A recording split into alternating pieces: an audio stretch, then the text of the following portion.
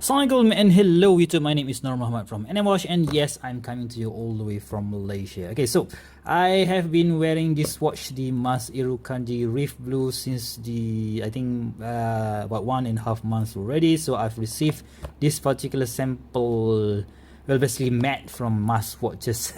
Gave this to the channel and asked me to review it. Of course, I received it with open heart, and yes, I've been using this for the past 1.5 months, and I think this is a very good bang for money watch that you can get in the market, right? So but anyways, I'm not paid by Matt to say just good things about his watches or his watch collection, but I am still an independent reviewer, so I'm gonna be telling you guys what do I think about this watch and its accessories after a 1.5 of owning it. So this will be my conclusion video review for this particular piece. So this video is going to be a bit too long, so if you just want to see the initial video review and you don't want to see me talking too much, so you can of course see an initial video review that I've done for this particular watch. Okay, so let's first thing first.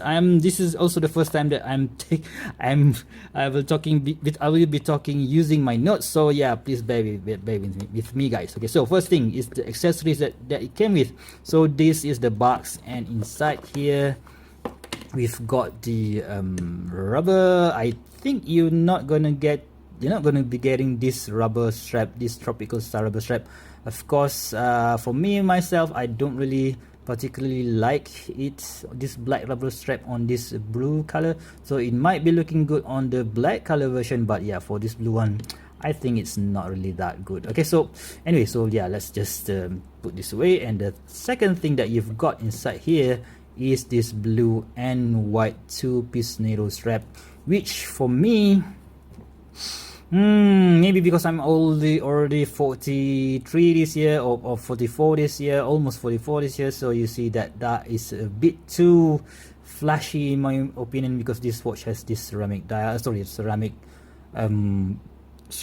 what do you call this, ring ceramic bezel inside, and of course this very beautiful sunburst blue dial. So I think adding something that looks flashy does not really bode well to me, but if this floats your boat, yeah, that might be a good option. Okay, so the third thing that you're gonna get is this, what do you call this, pouch for you to put on your travel, put on your watch inside here. So as you can see, I haven't used it on any of my travels, so you can put 4 watches here, but as of now, I'm not going to be using this anytime soon, because yeah, I have another few things, right? So few other options for me when I want to go for traveling. Okay, so the fourth thing that you're going to get inside the box is, if you select for the 475 or was it $450 version, right? So let me gonna check. Okay, 490 Australian dollar. So you're gonna get this very cool what do you call this, rivet style bracelet. So this rivet style bracelet, for me, I don't think it suits this watch as well. Okay, so because you know what, the case of this watch is like fully brushed, and you only have a polished surface here on the crown, but on this, what do you call this, rivet style bracelet, so you can see that there are lots of polished surface here. So I just don't think it matches the watch. So maybe that if there's no brush finishing at all, it might suit the watch, but still, this is what Matt prepared for his customers, then I can't really complain about it. But yeah, still, I think this bracelet suits a real vintage piece such as this very cool Rado Cranes that I haven't done a review yet. Okay, so right, so before I forgot, so let's do a quick wristwatch check. Today I am wearing my Seiko Monster, looking good on this sailcloth bracelet from iwantastrap.com. Okay, so yeah, so we finished about the accessories, right? So next up is the case size, right? The case size is 42 millimeters from here to here, 46 millimeters from lug to lug, which is from here to here. From the case back to this bezel insert is about 13.3, and if you include this super cool dome sapphire crystal, it's gonna be about 14 millimeters, which is very tall. not really that tall, but it's quite tall. And for my liking, you can see that this Seiko Monster here, so this is just about 13 millimeters tall. So this, you know what, the case size for me, it looks, this one is 42 millimeters as well, but when you put it on the wrist, the good thing about this Irukandji is it looks way smaller. Okay, so if you want to pause, just pause, so you're gonna see that this is how it looks. This the 42 millimeter Seiko Monster is looking on my 6.75 inch wrist, right? So when we put the Irukandji on my wrist, similar wrist, similar diameter watch, but you can see that the Irukandji actually looks a whole lot smaller, right? So yeah, I think you can understand what I mean by that. But this is mainly because the 42 millimeters is actually the dimension on the case, but when you count just the dial is gonna be way smaller than that. That is why you can see that this Irukandji looks smaller than the case size actually says, right? So that's a good thing, right? So how about the case finishing? Yes, I've mentioned in my initial review that I don't really like this lines that is not straight. So yeah, some people like it, some people don't. So I am in the camp of I want something that is straight, milled properly. But yeah, this is how the design says it should be. And yes, of course, I love this drill lug, so that you can do this, you can do a strap change as quick as possible, right? So what else? So yeah, it's of course the quality of brushing is not that good, but still this is the first model ever produced by Maswatches, so let's just give them a chance, huh? Right, so number 3 is the crystal. Yes, the crystal. I really like this crystal. This is a single dome sapphire crystal, so you can see that it gives that distortion, it gives that vintage vibe to it. But when it comes to taking photos, oh man, that crystal really that crystal makes it really difficult for me to take photograph of that beautiful sunburst blue dial. And yeah, I've talked to Matt about this, and he said maybe in the future they will include, or he will include, a double dome sapphire crystal so that we can have that vintagey look, but there's no distortion, and it becomes much more easier for us to take a beautiful Instagram photos, right? So yeah, that's the thing, right? As far as yep, it's basically, yeah, of course this is a sapphire crystal, it's not going to scratch and whatever, but yeah, it's still an annoying thing to take photos with. All right, so next up is the bezel insert. Of course, this is a ceramic bezel with lume, so it's not gonna scratch whatever, but yeah, still it's beautiful. It doesn't disappear when you see it under the sun. Because it's in this blue color. But yes, let's just check out the bezel movement. I've been using this for about 1.5 months already, so I think that the bezel movement is good, but there is a bit of backplay, so you can see there. Yeah, there is a bit of backplay, and when you want to line it properly, it doesn't really line. So yeah, oh come on, so I have to go one more round again, and boom, and we are good to go. It's just a smidge, a bit off center to the right, to the left, I must say, but you could, yeah, because of that small backplay, you can adjust it. So not a really big deal, but yeah, it's you know what, it's a bit annoying, right, for us OCD guys. All right. Right, next up is the movement. Yeah, what can I say? This is the Seiko NH35 movement, so a solid built like a tank movement, so it's gonna be good for maybe about 10 years and whatsoever. So yeah, not big of a deal. So you know how I've owned this Seiko monster for about 5 years now, so no problem whatsoever on the movement. So this is gonna be the same, I think, right? So don't complain about it. And of course, the crown is, yeah, you can choose between the 10 o'clock crown or the 4 o'clock crown. So you unscrew it. There's not really a pop to it, but still it is easy to use. And when you want to screw it back, so just Pop it like so. Oops, see, it's a bit difficult, man, because we are used to use my right hand to close the crown. Yeah, you have to, there's a learning curve to it. Okay, so oh my god, right, like so.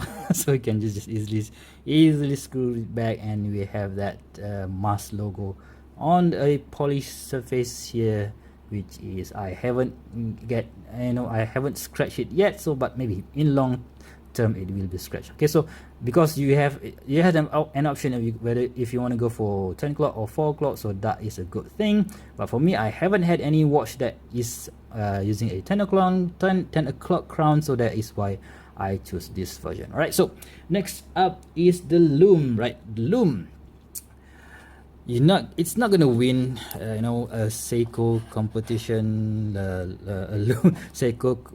any lume competition as yet. So if you compare it to the Seiko Monsters lume, yeah, it's definitely gonna lose. But let me just turn this one off. Nope, you can see that the lume on this one is let me pause it for a while. You can see that we have this blue lume color, or from the BGW9. So of course it's great, but it's not as great as the Seiko Monster. But we have this beautiful green colored lume on the Seiko Monster. This is the champion of the lume, right? And I have to say, when I charge it during the night, it doesn't stay as long as any Seiko Monster would. But yeah, still it is a competent lume, but not as good as the Seiko, right? So let's put on the light. Oh, I forgot to mention about the movement. On the MAS website, they say that they regulate every single piece that is coming out from that is shipped out from Australia. So that is very, very good. I'm pretty sure Seiko never regulate this one, but yeah, still the accuracy of this 4R36 or even 4R35 movements is basically much better compared to their much more expensive movements, such as the 6R15. So I've had a few 6R15s before, and all of those 6R15 movement that I've had could not match the accuracy that is found on the 4R36 or 4R35 movement. So yeah, that's good to know.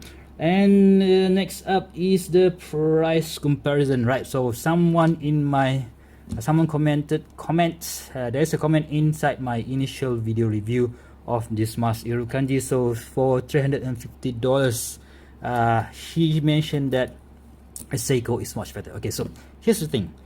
If we calculate the 490 US Australian dollar that you have to pay for this particular Mas Irukandji Blue with this bracelet, so that will be around the same price as the Seiko Turtle, right? So Seiko Turtle, so this is almost the same price. But here's the thing, if you are a new collector, right, and you do have $350 US that you want to spend for a watch, I would advise you to go for the Seiko Turtle. All right, so because yeah, you know, Seiko, you've got the history, you've got the reliability, you've got the name brand, you've got, you know what, everything that you could expect from a reliable watch manufacturer. So you've got the warranty, you know that the movement is not gonna be a dud after 1 or 2 months. So yeah, if you are a new guy or new collector, go for the Seiko, so by all means. All right,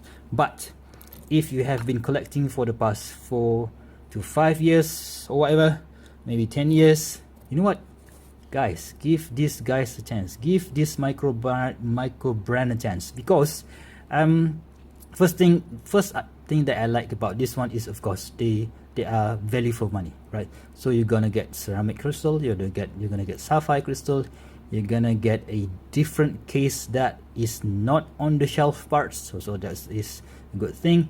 And the most important point is you are supporting a new business to grow. So in this case, Matt and his son is producing something out of their bond as a family together. So that values, you know, so So he's been designing this with his boy, with his son. So I value that. There is a sentimental value to it. There's a family value to it. And these micro brand watches, the owners, they talk to their customers. So in Matt's case, so he's inside the forums, he keep asking his future customers on what do you want in a watch, and he responded, so this is the product. So I've chatted him through email, even though I've never talked to him in person, but based on the email transaction that I've had with him, email conversations that I've had with him, I think he's a good guy, and that is why I think we